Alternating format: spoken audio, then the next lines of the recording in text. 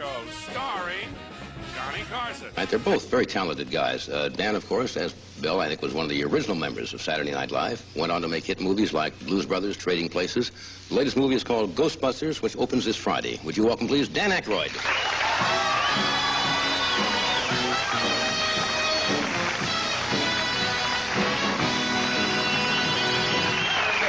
Good to see you. Good to see you. Boy, I'm incredibly nervous. You look resplendent tonight, sir. Just tremendous. It looks a little high school prom-ish, doesn't it? Well, that's okay. You can carry it, I think. Yeah. This is me. How you been? Very good, very good. Very excited about Ghostbusters. Are you really? Yeah, absolutely. It's got lots of laughs, lots of special effects, and family picture, and we're very, very excited. It's going to be a good one. Okay, thank you, Dan, for being with us. Now, my next guest. Got it all out of the way right now. No, I was reading Time earlier today, and Time magazine, which very often, for some reason, shoots down. Coca-Cola bought that one for us, yeah. Yeah. No, just... And they liked it. That's good. It's nice for a change to be appreciated by the press. Yeah. Would you come on with a book tonight? What? Well, this has to do. I know what this is about. This is basically has to do with my pitch for the American Society for Psychical Research. Now, in the movie Ghostbusters, we deal with ESP and ghosts and apparitions and all of this stuff that many of you out there may not believe in at all. But in fact, there is a group in New York that treats this all very seriously, and this is their journal here. I have a picture, in fact, of my grandfather. Come on. Here. Now, are you putting me on? Now, take a look at this. This is Can I look at this first? Very strange. This is your grandfather? Yes, he was a grandfather. He was a psychic, a medium. He corresponded with Bertrand Russell, and this picture was taken at his writing desk in Canada. And you see these heads that appear around around him. They are completely, inexplicable. He wouldn't have faked this because he was a very, very astute man and very, very serious about this type of work. And can I show the picture? Sure. One of the who took the picture? The picture was taken by a friend of him, a friend of his, and your grandfather now is. That is yeah. So your grandfather's down below. He's the one down below, and the guy on the. On to our left there. Looks like the Dutch Masters ad for cigars. You sure it's not the Dutch Masters cigar ad? He had a box of cigars back of him? Absolutely. See, I have to play devil's advocate on this, Dan. Now. Well, I know, and I'm going out on a limb here, but you can see that the eyes and the other characters are very, very black, and these heads didn't appear, of course, in the original negative, and it was only after the picture was developed into a print that these heads came into the photograph. Anyway, now, I don't want to shoot this down, Dan, but isn't it possible with the photography to, gimmick something like this? Absolutely, but in the time that was taken, which was about 1909, it would have been hard to really smoothly, put other superimpositions into the emulsion. One can argue, of course, that it's all fake. But these people in New York very seriously treat the psychic phenomenon, and I'll tell you how seriously they do. I'm going to read some of the titles here off the quarterly journal of the American Society for Psychical Research.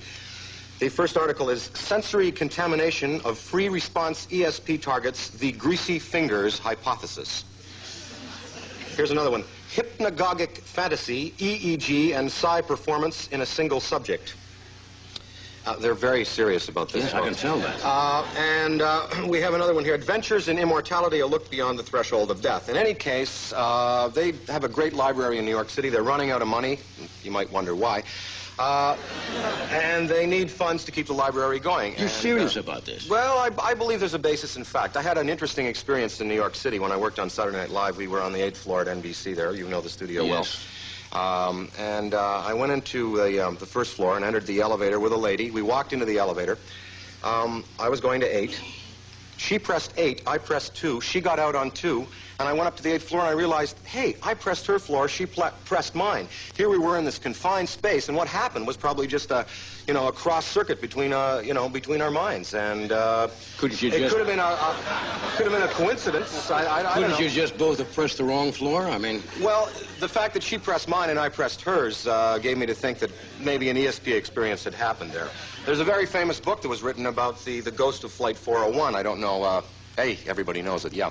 The ghost of Flight 401 concerned the wreck of an Eastern Airlines L-1011. They circled into a swamp. The automatic pilot went out, and Eastern Airlines salvaged all the parts from this particular wreck. Right. And about 2 months after this wreck, the galley elevator went out in another L-1011. Eastern Airlines took the galley elevator from the wreck, put it into this other plane, and about 2 or 3 weeks after they did that, events started to happen. Stewardesses, pilots, and passengers started to see the full torso apparition of a pilot with stripes, a hat, and everything. And it got so bad, it got to the point where Eastern Airlines had to issue a directive saying, hey, don't talk about this. Yeah. And eventually it got to the point where they have a blanket policy that they don't use parts from wrecks. And this is, you know, documented. And if you walk up to an Eastern Airlines pilot and say, have you seen Don Repo lately? You're going to get a very strange look. Because I won't do that. No. So this is the guy, Don Repo. Apparently he had a name and was identified by pilots even after death. Outside of the lady on the elevator, have you had any other meaningful experience like that? I had a dream before my maternal grandfather died. He was a very... This is, no, this is paternal great-grandfather. Oh, yeah, paternal. Had a dream that he was waving goodbye to me, and the next day got a telegram saying he was dead. And he was, there was no forewarning at all. He was healthy and died very suddenly, you know, at 83 years old. And I figure there's something to it. I don't know. I'm sure if you canvassed people out there in the audience, you'd find someone who's actually had a paranormal experience. Oh, yeah. But in Ghostbusters, folks, we're treating it all very lightly, lots of laughs, and all the visual effects and everything are there to make you laugh. So, okay. You know. We'll do this, and we'll be back for another The ghost of parapsychology. Yes. Can we bring out your compatriot in this picture? Hey, why not? Bill, of course. Bill made some very funny pictures. Meatballs, Caddyshack, Stripes, and he's also co-starring in Ghostbusters. He really carries the ball in this one. We engineered and structured this movie for him. He is great. He's getting the best reviews of his career. Mr. Bill Murray. Right.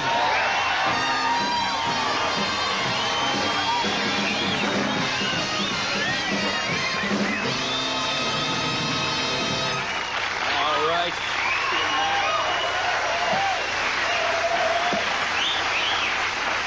You heard what the man said? Yeah, He gave you the whole picture. True? Yeah, he's a coward. He's a coward. And it was a difficult job because Harold and Dan wrote the script, and they basically said, why doesn't Bill say that? They give you So they gave me all the lines, and I end up looking like a jerk, saying stuff like, okay, guys, let's go. For an hour and 45 minutes. But you say that well. Well, I had some practice. You know, none of us have really met. I saw Dan a couple of years ago at the Oscars. I don't think we have ever met until tonight in the hall, have we? We made eye contact once. Yes. Oh, well, I mean, where was that? There was a dinner for Frank Price, a pioneer of industry dinner, and you were the MC. True. And you were wickedly funny. Thank you. Really evil in person. You should see this guy in person. I couldn't believe some of the wonderful things you were saying about some of the most horrible people in the world. It was just fantastic. You were on the dais, were you not? Well, you say that so grandly, but the dais was about 275 people. Yeah. And there were about maybe 100, maybe 150 people, and they introduced people like they were introducing the entire Rams team. Yeah. You know? And it was like a running thing, and then you had to sit there. There were like 3 rows of people all the way across the stage eating in front of like 1,500 people. And you'd be sitting there, there was some jabber, and you'd do jokes and introduce people, and then it was eating time. Yeah. So you're sitting there eating, and you'd look, and there'd be like a whole table full of people staring Looking at you, you know, eating. And they go, honey, look, he's using a fork on his Jell-O. Yes. And you always get one of these. You're just trying to do it's like, hello there, and they nail you. Yeah. You don't like crowds, I take it. Well, crowds are, I heard a good thing about crowds once. If you just imagine that you're way up above, like in the Empire State Building, then it doesn't bother you so much. Sounds like... But if you're down biting their ankles, it can be... Yeah. Somebody once said, pretend the audience is sitting there in their underwear. Well, a lot of people out I there don't know who tonight... said that, and I'm sorry. Put your clothes on, folks. Yeah, that guy's doing time right now. Dan seems to be caught up in... Dan's a wreck. Dan's a mess. Yeah. This is very serious. Yeah, we'd be working, and he'd be talking about these things and bringing out pictures of his great-grandfather and all this kind of stuff. But I have seen one ghost, and I've talked about this publicly, and I'll talk No, I haven't about heard you talk about it. You've seen a ghost. Yeah, I saw a ghost. There's a restaurant that we worked in in this thing in New York called the Tavern on the Green. Sure. And there is a ghost there, and he's a guy, he's a waiter. And he comes up, and he goes through the whole thing, plays it perfectly straight, says, you know, tells you what the special is, and then takes your order, and then he disappears. You never...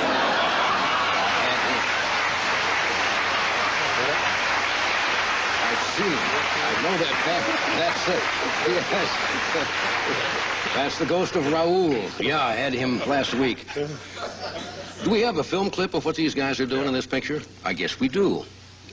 We better, or we're going to have to read aloud from this. Yeah, I can't. Try one of those. I love your great granddad, Dan, but does this need, as they say, a setup? Yeah, this needs a setup. I guess I have to do this again, huh? Okay. You can split it either way. Well, this is... what clip is it? It's the...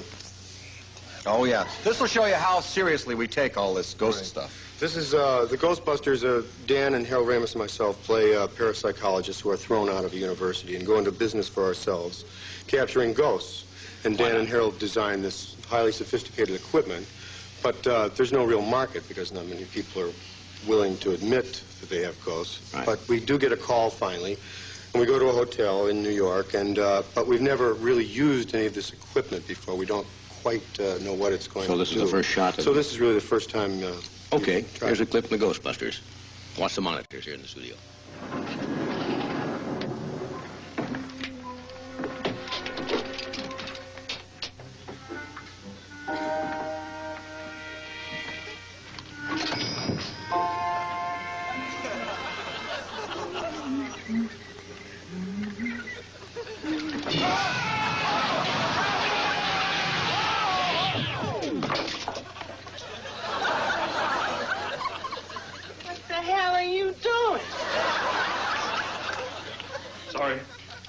I'm sorry. We thought you were someone else. Successful test. I guess so. I think we better split up. Good idea. Yeah, we can do more damage that way. That's your clip. That's it. Only 10 seconds? That's all you're going to give us, huh? No. You guys come on with a 10-second clip. You ought to be ashamed of yourself. All right, lighten up. Hey, lighten up. You know, clip, hey, what? Pay $5 and see the movie. Right. Come on. This is for free, for nothing. That's here. right, it's nothing. What is I it? got a real nice picture of Dan. This is his That's fan sweet. club photo. Let me hold which that she's over going to be here. sending out to all the young girls. That's This that's a sweet picture, Dan. Mm-hmm. What is... I'll tell you what that was. Please do. Yeah, I wish it bears some explanation. Yeah. The fact of the matter is, in making these movies, we had a lot of mechanical effects on stage there, and they use air cannons, pressurized tanks of air at 200 pounds per square inch to get reactions out of us, and that was me being hit in the face with an air cannon. Yeah. And I bought one of those air cannons and took it home just for personal thrills.